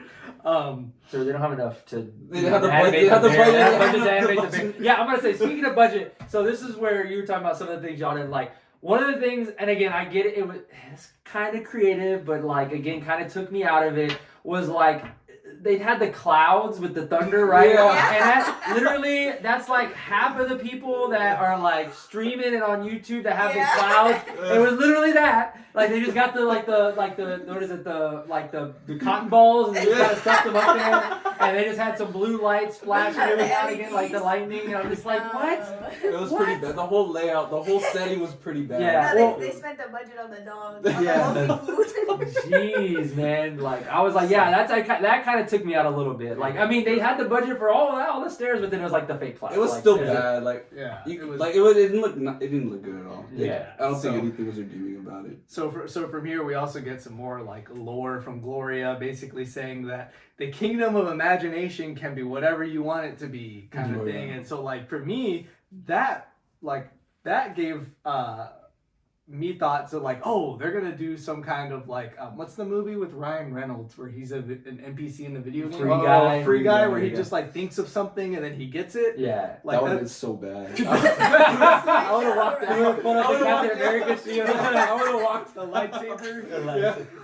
So that's what I thought was gonna like something like that, right? Because they're building up to them like fighting Chauncey, right? So I thought something like that was gonna happen, where they were gonna have to imagine like these things and they were gonna get them. No, they didn't get that. Well, I think more of that was leading to when they go into the room. And Yeah. I think it goes back to the whole idea of like when Gloria dropped the lore of like they need the imagination, they feed off of the imagination. So I think it's more of Chauncey and all the entities in the realm being able to use that so that they can use it in their realm. You know what I'm saying? Yeah. Like I think, and they can use it outside of their realm too, but obviously in their domain they have a little bit more free reign. And I think this is the part you're about to get to where I completely dislike and I feel like was another extra wasted thing because it wasn't necessary for the plot. Because what happened immediately after just completely like you could have just done that, it would have been fine. Oh. But Gloria ends up, they try to prop the door, right? Because it's the floor and they yeah. realize it's closing because it's like the floor tile. And so they're like, okay, we stopped it with this one little piece of whatever. And it's gonna, scissors. Yeah, it's like, and it's gonna stop it because this whole thing is made of like brick or tile. Yeah, it stops. And so what ends up happening is Gloria ends up pulling it or pushing it and basically letting it shut. And everybody's like, "What the heck are you doing?" Yeah. And that following that line is her saying that like, "Oh, Chauncey spoke to me when you left," and that like basically he told me that if I came here, I would have free reign, and like I now like nobody believed me. This is ever now like I know that what I know is real, and then immediately door opens and Bear brings her in, and it's I go okay, you didn't need to turn because she died within 2 seconds of that. Like I was in the moment. I was like, this movie is unbearable. But right when I got to that point, I went, what the?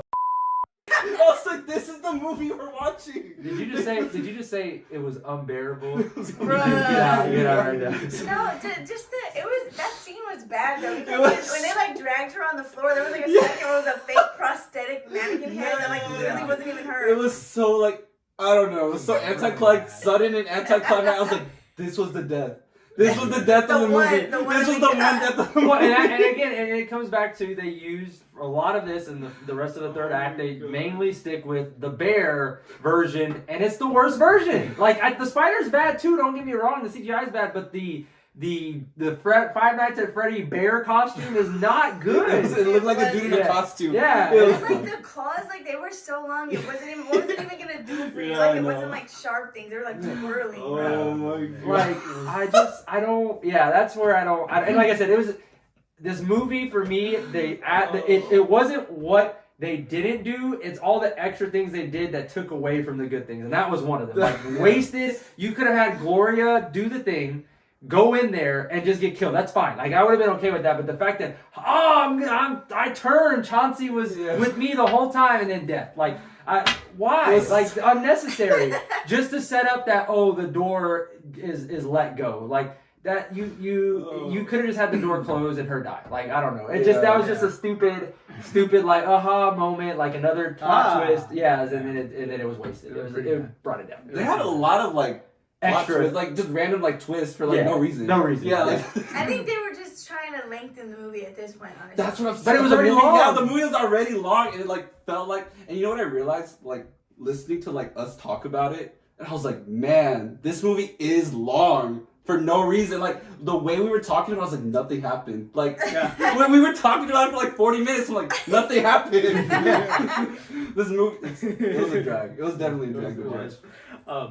So Jessica and Taylor get separated, right? Like they go running, trying to look for Alice, and then Taylor goes into a door, bang, door shuts. Yeah. Wow, and then Taylor sees like this weird version of Alice, right? Like she doesn't have a mouth or something like that. Like her face is all she distorted. just looks like possessed. Yeah, right. Well, no, you skipped one important thing before she gets to that. This is where you had the wasted moment for me from the beginning. So they're going through, and she sees her painting. She sees her painting. So I know what you're talking about. Yes. This happens before Gloria turns, but you can go. Okay. So it does happen before Gloria turns. Sorry. So she opens it up, and it's the basically the part that's missing is the face that they ripped off from her painting, from her version of Simon. There we go, Simon, the Spider-Man. And some Marvel, don't cancel us. All right, so they lift it up, and she's looking, and she sees basically the basement. She sees the basement. Yeah. She sees a live action of what's happening from what we now see is like, oh, that was from her point of view, or from what she experienced that night.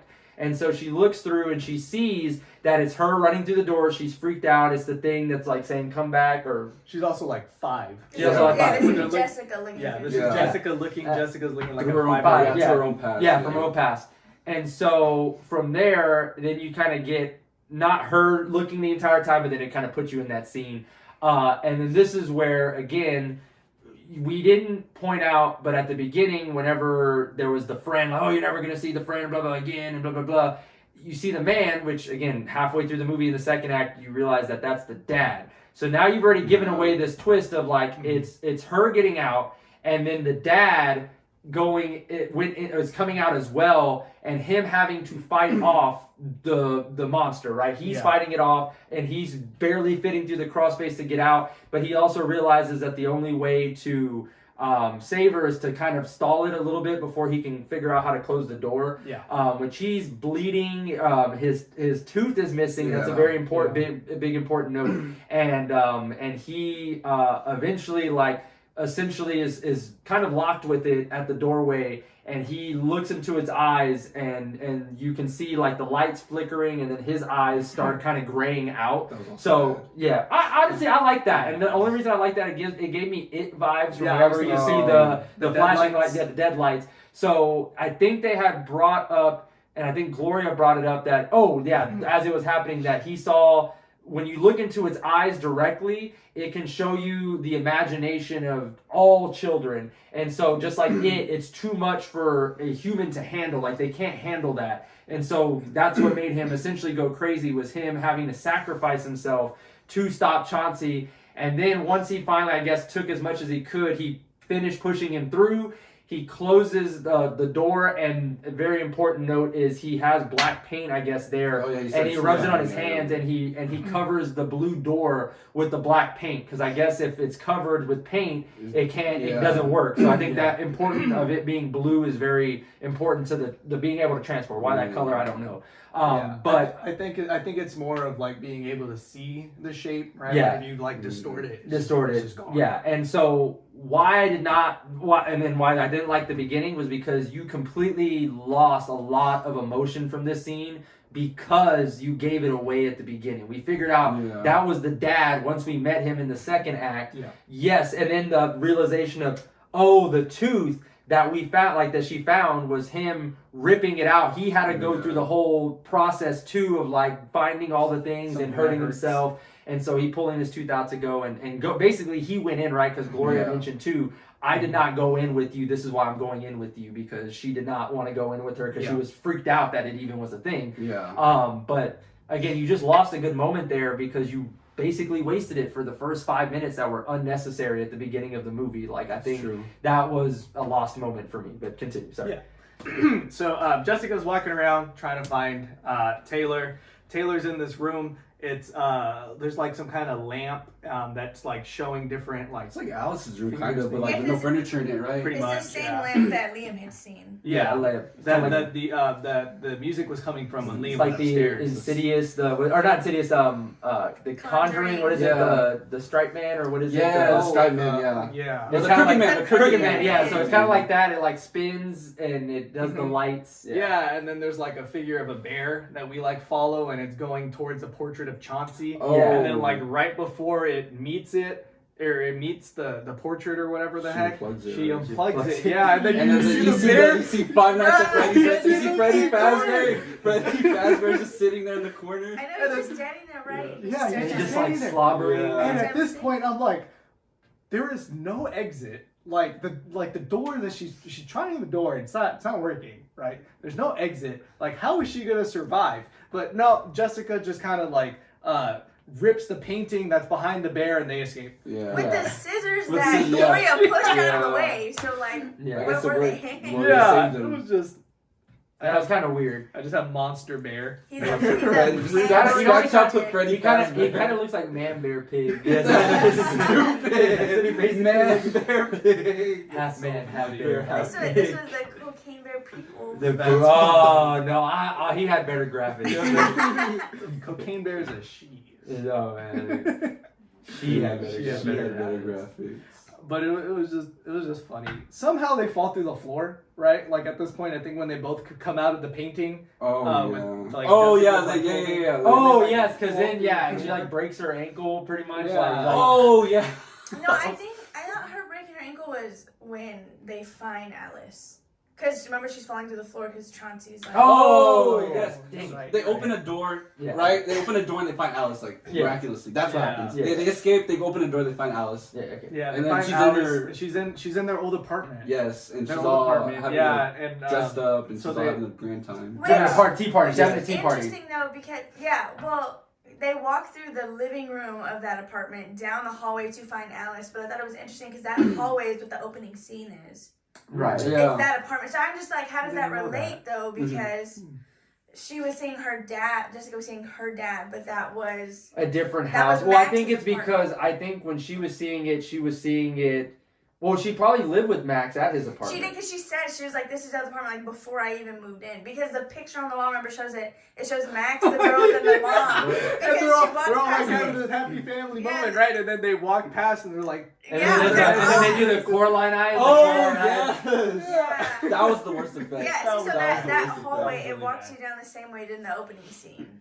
okay. Actually, I kind of like that effect, but it's only because I'm Coraline also. eyes? Well, yeah, because I like the they did a similar thing with the puppet master whenever they had like the dolls like and they had to put the fake eyes because like they're like rejuvenated bodies. Obviously, you can do like the skin and stuff kind of, but you Yeah. can't do the eyes. So like they would be like doll eyes. So it's the same But thing. that makes sense. It It kind of just looked looked. like the tiny bed glasses. Yeah. Well, they're It's teddy bear. They're teddy bear glasses. Yeah, or teddy bear eyes. They're Is like that what the- that was? They're teddy bear eyes. Yeah. Yeah. That's so Teddy bear stupid. eyes. Yeah, it's I like- I did did not. I literally did It was not a make little- that connection. It was a little creepy in a sense, but I kind of liked it because again, I liked it.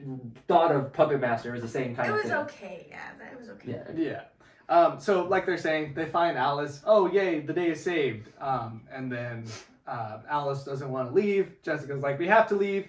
And so she starts like, trashing up the place, right? Makes a door on the No. wall. Before she does that, mom it's comes. the mom mom, comes in, yeah. and the They're mom. not the is- real mom though. But yeah, it's the Not- and that's what keeps her there, right? Is because Yeah. she likes that her mom is there, and like fake she's mom. and like, oh yeah, we're having fun and we're doing this and all these presents, and that's when I think they say Yeah. like, no, this is not real. Yeah. That's not your mom, and I think this kind of like cuts the legs under. I think the whole premise of how strong or weak or whatever Chauncey is because like. The entire time that's what you're saying, like, no, we're gonna go watch this. We can have our own fun, and they start Oh, ripping yeah. stuff. She's like, okay. Yeah. She's like, all right. They start and going back to the color thing, which I think that was a smart move, and they stuck with it. They had everything in that room had a lot of blue, so they were ripping it up, and where they got a glue stick, I don't know. But, like, got the glue stick, started glue sticking the wall, and like. Putting different blue items on the wall to make the rectangle door again. And then again, the mom, which I think we all know is basically Chauncey, like just that, like getting upset that they're doing it, but like doesn't do anything about it, right? Yeah, like yeah. it just. She's like, no, stop. I think it's because she doesn't want to scare Alice though in front of those people. But it's Like, not I her. think she's kind of Chauncey, like, Right. you think Chauncey would put up kind of more of like A fight. yeah. Yeah. Just like, don't do that. Well, yeah, and then I think it's finally once they have the door kind of open, or once it's set up and they Oh, realize yes. the door is working, that's when it gets upset, and then I think it does the eyes again, right? Does it Yeah, do the Those eyes? And that's when I think, not she starts Jessica. singing through the floor. Well, no, they No, push they- her into the presence first. Yeah, and then she comes Yeah. out with the baby. Oh, you pushed her in the present. That was so dumb. This is yeeted her just.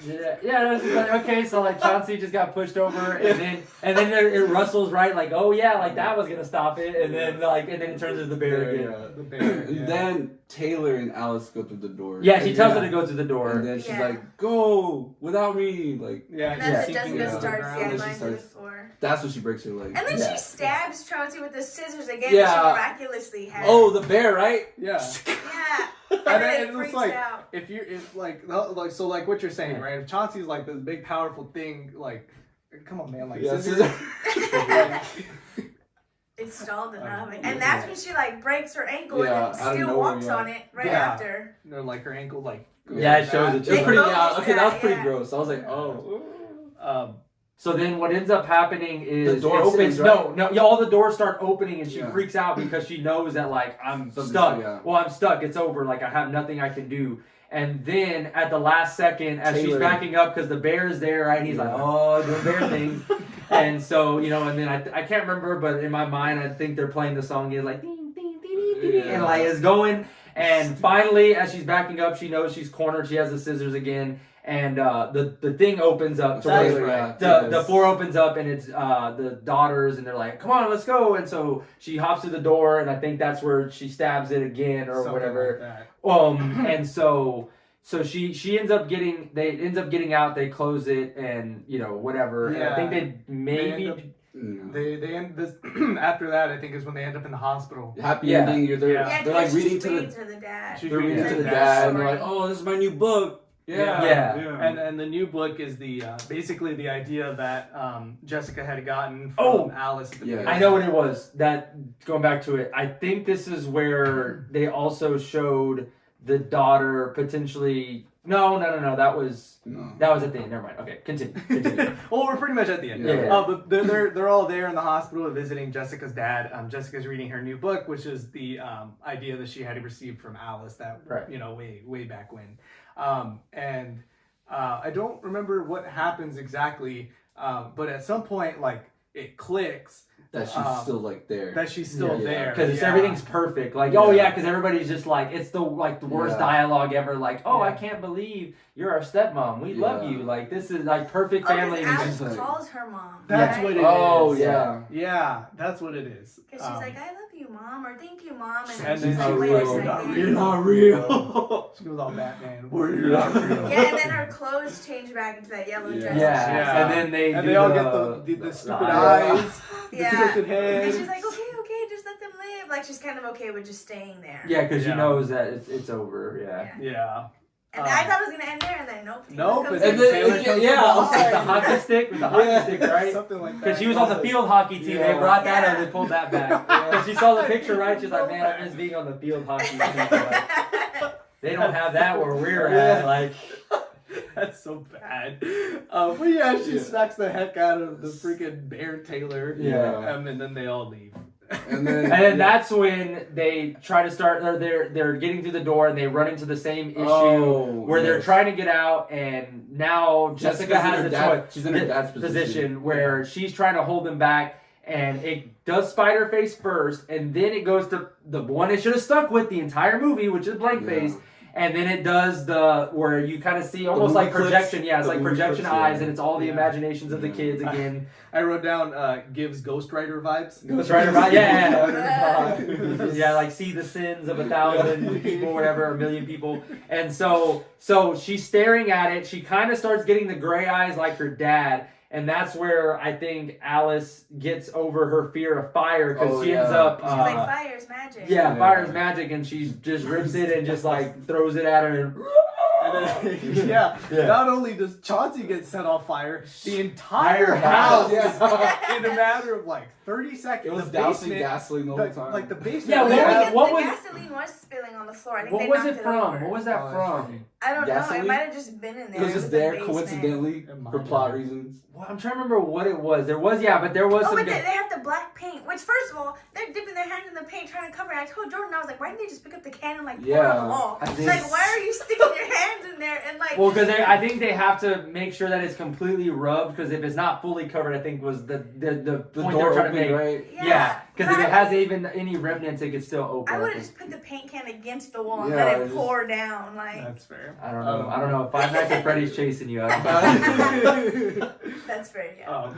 But yeah, the whole house burns down in like 10 seconds. Let's just talk about how the firefighters get there and they have no urgency. Yeah. They get out the front. They get out of the No, I want how does the whole house ablaze, and just as they're getting out, the fire department's already there? Like who called? And even if they did call, how did they get there so quickly? Like they were just getting out of the house. Like they had to get up the basement stairs. In the time it took them to get up the basement stairs and just walk out the door, which is not very far. The basement, from what I remember, is only like a couple steps. the fire department's already there. And then the roof falls in. And Like, the roof- how did it yeah, go yeah. all the way up Like there? that house went up very quickly, very, very quick. So when we were watching this movie, I went to go watch it with Adam, and I told him that we're gonna see Michael Myers step out of Bruh. And just starts taking out. It's gonna be Chauncey starts taking out all the firefighters. That would have been a better movie. That would have been a better movie. I was like, at least they're like, they're embracing the absurdity. Like, they should have ran with funny. it. But I think at that point, like, they get their happy ending, right? Yeah. Well, and again, it goes. This is where there is not even an epilogue, but there is one more scene, which is essentially them getting to a hotel. Because again, when they leave the house, it's already morning. Yeah. So I know y'all are complaining about the time it took her to paint, but I think it did take a large amount of time. It just didn't feel that way. But so what ends up happening is they go to this hotel. And they're just trying to check in because their house burned down. They have nowhere to live, whatever. And then like they notice that this kid has a teddy bear, but they really just see the teddy bear. They just see the head, and they're just like, "Oh, Chauncey's back." Yeah. And so they like go over and they look, and it's like a completely different bear. It's like it doesn't look anything like it. But then the kid like is talking to it and talking to the mom, whatever. And then they use the phrase, no, don't never ever. Yeah, and it alludes to that. He's gonna be put in the same situation. Yeah, and that's when they snap, and they're like, "Yep, no, we're out of here." Like, well, they didn't see him talking to that. That kind of happens as they're leaving. Yeah, because they're walking down the They just see the bear and they're just like, "Oh shit, no, I'm out." Yeah. And it's like they're like, "We're done." Yeah, I thought it did do the dialogue because what they didn't see is whenever they're leaving, it pans back to the bear and then it looks exactly like Chauncey. Yeah. So it gives the idea that it's not just them. He's a global phenomenon. It's a cucuy. Yeah, because they see the bear and they're like, and everybody's like, "Oh, I see it too." And then the mom grabs it and it's a different bear. And and that's why what I'm saying. The dialogue did happen because it's when he said the never ever part. That's when it snapped. Like, nope, let's just go. Like, let's not even deal with it. But. And again, the line they used, it was exactly that. It was just like, nope, all right, we're leaving. And I'm like, again, like, you just borderline, you didn't know when to be absurd and when to be serious. And it just wavered too much. And so that, for me, I guess if we're wrapping up our round table, is like, me personally, that's where I liked the movie, but I didn't think it was a good scary movie for the sheer fact that it did not choose a side. Like, for me, you can't line ride as much as it did and be able to be a great movie. Like, it just had too much absurdity, but didn't always lean that way with the movie. Like, if you're gonna be absurd, be absurd. But it was like, well, we're gonna be serious, but then we're gonna have all these absurd movements or moments that just undercut everything that we're doing. And so that's, for me, like, even that last moment was the perfect nail in the coffin of like, like this, you're not even taking it seriously. You could have ended with the house on fire, them escaping, happy ending, whatever, not happy ending, they just escape ending, and then be done with it, right? Because the big thing we're all gonna think about is what is the dad gonna think? Yeah, that's exactly what I said. We're just like, what? He's gonna come back He and doesn't know anything that's going on. He comes back and pulls up to the house. It's not there. Gone. All his family's missing. He's like, oh. And then it's gonna be like them, like, sorry, the insurance didn't kick in yet. The insurance didn't cover this, and just like they're gonna come back. Actually, you set the house on fire. So. And then having to explain it, right? And then having to explain where did the lady go, right? Like, the lady has another house, and like she just disappeared, and like there's never any like nobody's gonna talk about that, right? I just think there were too many loose ends that they were trying to figure out how to tie together in the world of imagination. I don't know. I just thought it was dumb. Like, Five Nights at Freddy's was also PG-13. Other PG-13 movies have way more kills and way more, like... Smile. Yeah, like there's PG-13? PG-13 movies that are made a lot better to where this was not a horror movie to me. And I just thought it didn't feel like a horror movie at all. It felt really weird. It was really almost just like mystery. Like, I don't know. It like thriller, maybe. Like, kind of like more on the thriller side, because what was scary about it? Nothing was scary about it. That's the thing. Nothing. Yeah, like the scariest part was really Liam with Chauncey in the hallway. But like, even at that, the jump scare was him getting scared. And like, even the idea of like him always being in those places and you seeing him in the background and nobody notices. I thought those moments were great. But then you undercut it with bad CGI spiders the few times you had to do that. And then bad costume with the bear. Like, that just ruined them. That just was bad. Honestly, I thought the dialogue was pretty bad too. It felt it didn't feel natural. It felt like, it felt like watching like It felt like watching a horror movie that's in a horror movie. You know, like the Yeah. the horror movies that the You people watch- in the horror movies watch. yeah. That's the movie that No, we they always watching. watch. They always watch the black and white ones. Yes, that's but the only ones they have. that's what it felt like. That's what I'm saying. But it felt like one of those movies. And they're It felt always like watching- something- It felt like a B-rated movie in a horror movie. This Yeah, movie watching felt like it would've watching been Stab and Scream. Yes, Yeah. that's what it felt like. It felt like watching like a movie like in like that. Basically, to me, it felt like it would have been a straight to streaming movie. Sure. Yeah, it Like- should have. If that like I it was didn't pretty think bad. it was good. It wasn't yeah. good at all. You notice they always. It was and a they- freebie movie. Yeah, they always show it's always an old scary movie, and half the time it's always Night of the Living Dead, and it's always this first scene, right? They're coming for you, Barbara. Yeah. I would have rather have It's watched not that. I would have rather have watched that than this movie. I'm never gonna watch this movie again. I might watch this. But movie. will you watch Blood and Honey too? That's funny. The answer is yes. Yeah, you're gonna watch it because we have to. All right. Well, I guess what were your thoughts on it? Because No, I think y'all had some pretty good closing thoughts. I don't really have much to add. I feel like what I wanted to add, I kind of covered throughout the whole thing. So for me, I think I would personally rank it like 5.5 out of 10. I had originally said 6.5, but again, it's because I can enjoy the movie, but I don't think it's a good scary movie. And again, I have appreciation for horror movies, even if they're not very great, because there were good moments. Again, I thought the background of Chauncey was great. The foreground was terrible, but background Chauncey nails. The few moments with Liam I thought were pretty good, and I really enjoyed some of the little things that they recalled back to, like the tooth thing I thought was really good. And I think the thought that I wanted to close with for me personally was the mom. When the mom noticed that, like, hey, we need to get my kid out of here, there's something here. I think both her and the dad being in a place of, like, again, they kind of going insane, they were able to see that more because their brain doesn't see things the same way that like everybody else's brain does. Their brain, it works in a different way, just like how a kid is more open to imagination and all that stuff.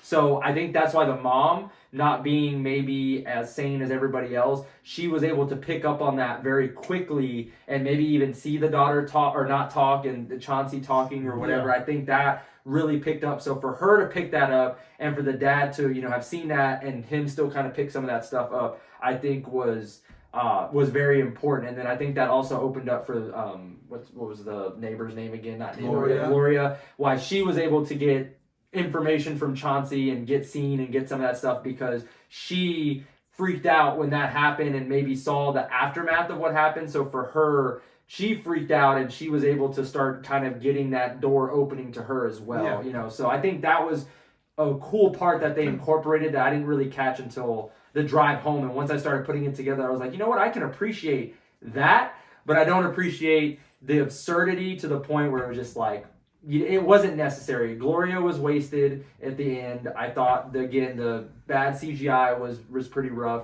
and the ending, just everything, the aesthetic was not very good. It was kind of cool at first, but the clouds, fake clouds with the strobe lights or whatever, was not very very conducive to a good final setting. So Yeah. I would simply give it a 4 out of 10. Honestly, I didn't think it was good at all. And again, there were a lot of things I would change about the movie. For example, I would have just started it with her waking up from a nightmare instead of showing what it was that she saw. Or with the tape that the therapist or the doctor showed her, I feel like it would have been a lot more interesting if it was her for some reason, somehow, some way. Or when they're playing hide and seek, I really wish she saw the faceless Chauncey somewhere in the back. I just think that there could have been a lot of things done to elevate it, and I think it was executed poorly. I didn't like it. So. You want to go? I don't know. Y'all giving it pretty high scores. I'd probably say a 2. I thought a 4 to 10 was generous. I gave it a 5, but I was maybe a 2. If we're doing out of 10, I'd probably say 2. Maybe 3. Yeah. Maybe 3. Okay, I'll give it a 3. It had some good scenes. Not scenes, I wouldn't say scenes, but it had some good moments. Everybody said, the faceless Chauncey was pretty good. But honestly, I don't think there was anything in the movie that they could have really done differently to make it a good movie, because it was already kind of a shit show throughout the whole thing, and they had to they really wanted to make it a good movie, they'd have to revise the whole thing. If they did, I would kind of put it to where maybe they lean in more, kind of ground it a little bit more, and make it more of kind of a haunting movie where they show more of faceless Chauncey throughout the whole movie and kind of keep him like that. and maybe do something at the end. I couldn't tell you what, but I would appreciate it more if it was kind of like more of a brooding horror rather than kind of like, again, an absurd horror. They had to cut all of that out to make it at least a decent movie. Right, because really, when you think about it, the only interaction Chauncey had was with Liam, and it never interacted really with anybody else until the third act. Maybe a little bit with the mom, but not even. So that's why I think they had to keep away from that because of the fact that. But then it was crazy how Liam saw it. And Liam, it just There was a lot of it just time broke and it for me. It just broke it for me. You know, like it was. Yeah. I don't know. I didn't like it. Like, was bad. like It was bad. I know, like it's a cool scene, I guess, for what it is. But like in the, I don't know. Compared to other things, it wasn't like a good scene to me at all. Yeah. Even like it wasn't scary. Like the CGI was bad. Like it wasn't even like what's the word? It wasn't tense or anything like that either. Yeah. I would give it probably like a 4.5 out of 10. So for me, so I'm not gonna touch on what y'all already said. I feel like that was pretty pretty good descriptions. For me, it was more about like enjoying the movie. Like there were points where it was kind of like a roller coaster. So we kind of touched upon about like how it dragged a little bit in certain scenes. So there were some parts where like it grabbed my attention, right? So the first 2 acts I think were really good, or not really good, but I think they were decent enough to like go ahead and hold my attention. The third act was just thrown off the deep end. Yeah. But yeah. So I think that's pretty much it for Imaginary. Tune in next time where we're gonna have Adam's pick. Adam, what are you gonna pick? we're going to be watching Sydney Sweeney's Immaculate, and I hear it's scarier than Madam Web, so I'm actually looking really forward to it. All right, cool. Yeah. Thank you so much. If you made it this far into the video, don't forget to like, comment, and subscribe. You could also find us on TikTok, the same handle at 4 Dead Losers. Until next time, stay dead.